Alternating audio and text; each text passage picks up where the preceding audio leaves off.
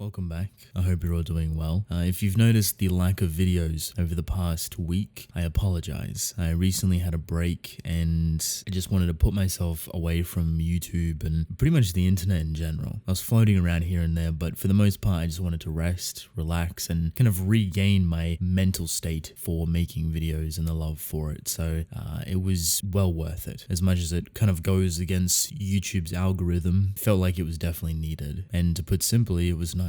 I do want to thank you for all of the kind and supportive words that were sent my way regarding the announcement. It's not necessarily the biggest deal, but a massive percentage of you were super understanding, and I thank you for that. I truly appreciate it. However, it's been quite a length of time since I mentioned that I would talk about a very specific series known as Blue Lock, so I thought the best time to do it would be now, because I have been reading it, I've basically caught up to it, and I have a lot to say about it. For complete clarity, I knew basically nothing about Blue Lock. I knew that it was about football or soccer, and that is about it. I didn't know in what way, shape, or form it utilized the football format, and sports manga in itself is not necessarily a highlight for me. I appreciate and I enjoy certain sports manga, but for the most part, repetition comes into play and it makes it extremely unenjoyable the longer they go on. I think the only series to actually curb that issue that I have is Haiku, because the characters were extremely lovable and the focus on team building and the tension that it upheld was extremely impressive. Plus the artwork was beyond beautiful, which elevated it beyond belief. I was nervous going into Blue Lock, a sports manga that I don't necessarily vibe with. I don't really care all too much about football, but I can say upon reading it, I am genuinely surprised. There's a lot of things that I think Blue Lock does extremely well for the series that it's trying to be and how it differs itself from the typical sports manga, and there's also a handful of things that I feel like it falls a bit flat on. A quick synopsis of the series would sound something like this. We follow Asagi, who is our main character, who is an aspiring footballer. He wants to become a world-class striker, and after a very tragic and fateful day that put him in a very bad position in terms of his career and kind of losing faith within himself after missing a very opportunist goal, he gets invited to this brand new system known as Blue Lock. Now, Blue Lock is the foundation of building a world-class striker, not a team or any other position, but strikers. So this whole system, this is a revolutionary type program that has never been seen before and invites a lot of people within different age brackets within Japan that have some sort of potential or merit behind them that could potentially one day be a world-class striker to take Japan and its world team to the next level. That is the outline of Blue Lock. However, where it begins to be football is also where it ends, because Blue Lock is not focused on the team sport. It's focused on an individual's ego. It's focused on their innate abilities and how to evolve that further through competition. So while 90% of sports manga will focus and give you direction regarding its team and building it and understanding these characters, Blue Lock does this, but in the opposite way. It gives you a bunch of random characters. We only know one, which is Isagi, our main character, coming in contact with a lot of other characters, and they form a proxy pseudo team to move forward with. Now, this team, however, has no compatibility whatsoever because they're all strikers, which is the position that they play. Every single person that is within this program is a striker, so they have to build off one another. They have to come to understand one another. And you end up with this hybrid team, which is completely full of strikers that doesn't necessarily work. And everyone is giving birth to their own innate ego, who wants to score the best goal. And this is kind of like the biggest overlying theme throughout the entirety of the narrative, is one's own ego and a character known as Ego,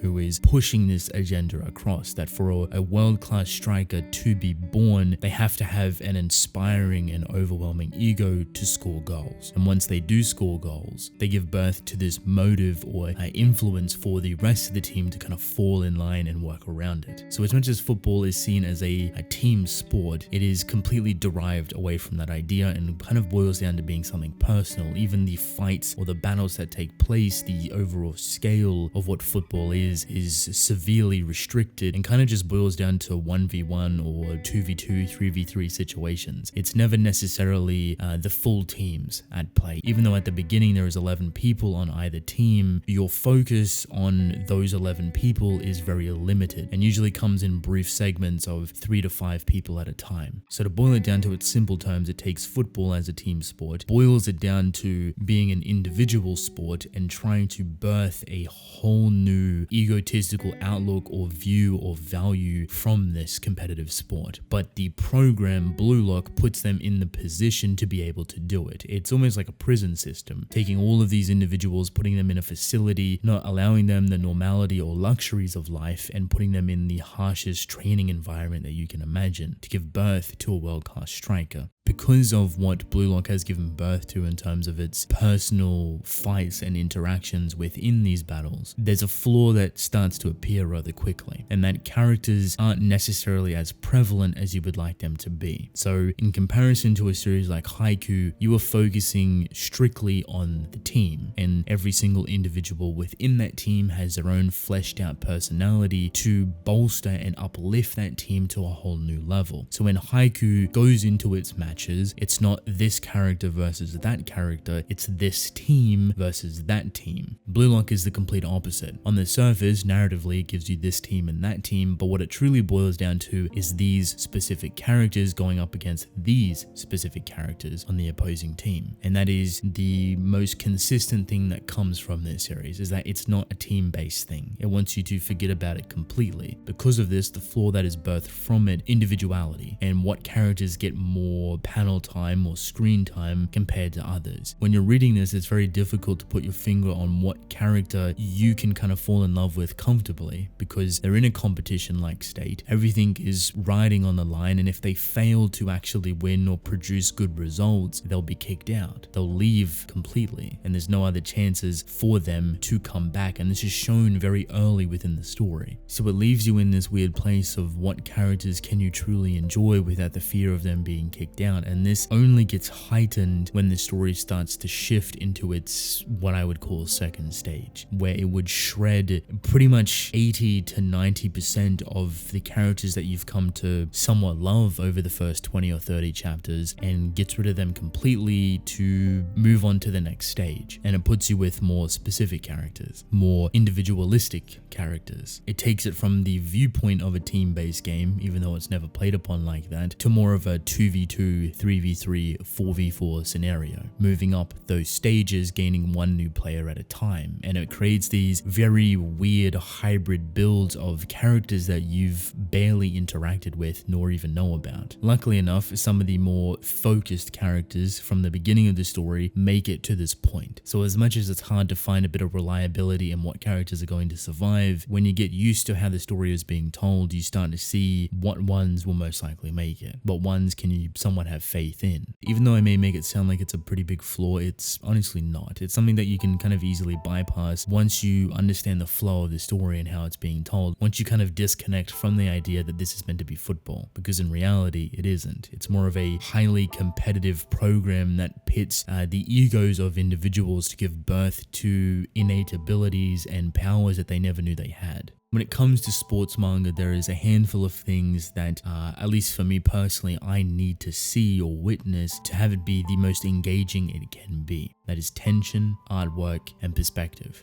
These three things are right at the top. Of course, other things fall underneath and influence these, like your characters, their emotions, their backstories, and their growth, but tension, artwork, and perspective gives you the clearest and best understanding with the most attention as possible.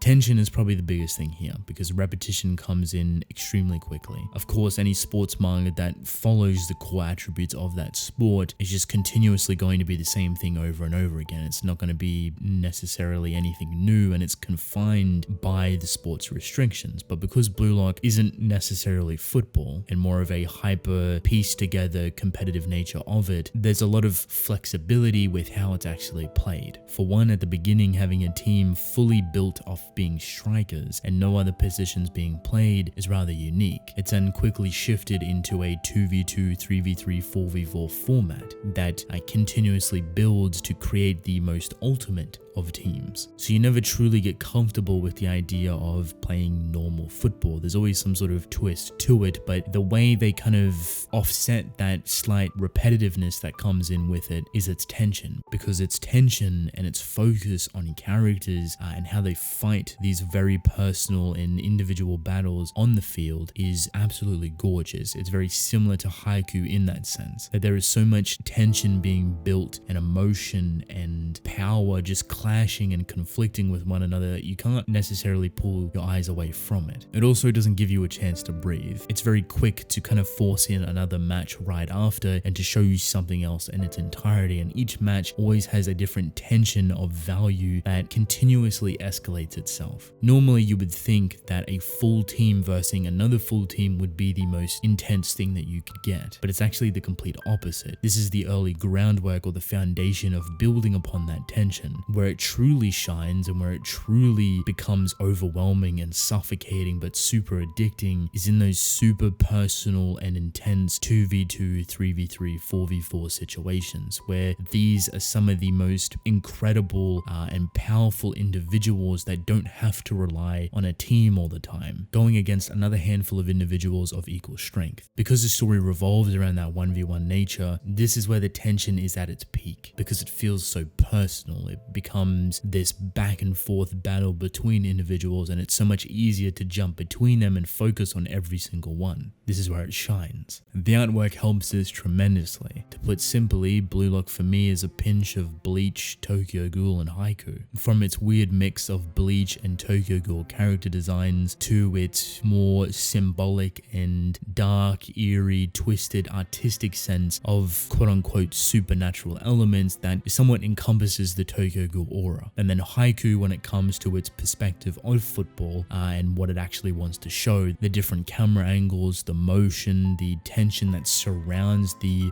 ball handling and bodily movement. This all swells together to create a beautiful kind of visual storytelling experience known as Blue Lock. Perspective is also wrapped in with this, because as much as we're getting the story told through Isagi's eyes, he's not always the main focus. As much as he has one of the more unique abilities within the narrative, he's pretty much on equal footing with everyone else in terms of his presence, perspective, and the aura that he lets out, and he gets clashed with constantly. I think Blue Lock is an enjoyable read. It's not anything life-changing or something that's going to emotionally break you, but it's something that even if you aren't necessarily interested in sports or football, kind of similar to myself, it's still something that has a bit of value there for you. I think personally the biggest issue that I take from it is its attention to its characters. As there is so many and so little at specific times, there is perfect amount of space between the downtime of matches or fights, whatever it may be, to build upon these characters in a much more interesting or engaging way. A lot of the flashbacks or the character emotional attachment or history to them is semi-stitched on in a very forced and abrupt type of way. It's not always a bad thing, but when you're in the middle of a match, when the tension is extremely high, forcing in that backstory or that lore or that history that is going to make you more emotionally invested to this individual doesn't really do all too much when it could have worked 10 times better prior to the match actually beginning. I think what helps offset this, that gives the characters a bit of nuance to them, is their footballing skills relating to their ego, relating to how they evolve, as they have to kind of go within themselves to bring out those abilities and to evolve far beyond than what they could ever expect. So you do get a better understanding through the characters because of this state of evolution, because of what they have to push themselves through. It's just never really backed with an emotional backstory or some sort of history to give it some sort of weight or backbone. So at points it can be very easy and digestible, sometimes it feels unnecessary, and other times it's extremely well done. One, for example, that I absolutely love personally that I thought was kind of weirdly done was Bachira. Absolutely love this character. Every single thing about them, the attitude they uphold, the quirky humor that they bring across in a very tense and strict environment, and just the way they play football in itself is flirtatious flirtatious. It kind of defies everything that we've seen up to that point. And then backstory is probably easily one of the most relatable for people to understand. As much as it's kind of just forced and thrown in there, it's still extremely well handled and crafted. At the end of the day, Blue Lock may not be for everyone, but I would highly recommend to give it a chance if you're interested in sports manga or if you're interested in football. You'd be surprised with how different it can feel and how it kind of steps away from the normality of sports manga and takes it in a very personal direction. So with that being said, that is basically it. I'm very curious to hear your thoughts on Blue Lock. If you've read it, if you're currently reading it, or if you've dropped it. How do you feel it compares to other sports manga, or maybe more specifically haiku? What value did you take from it? I'd love to hear your thoughts. But I want to thank you all for watching. Hope you enjoyed. Drink plenty of water, and I will see you within the next one. Goodbye.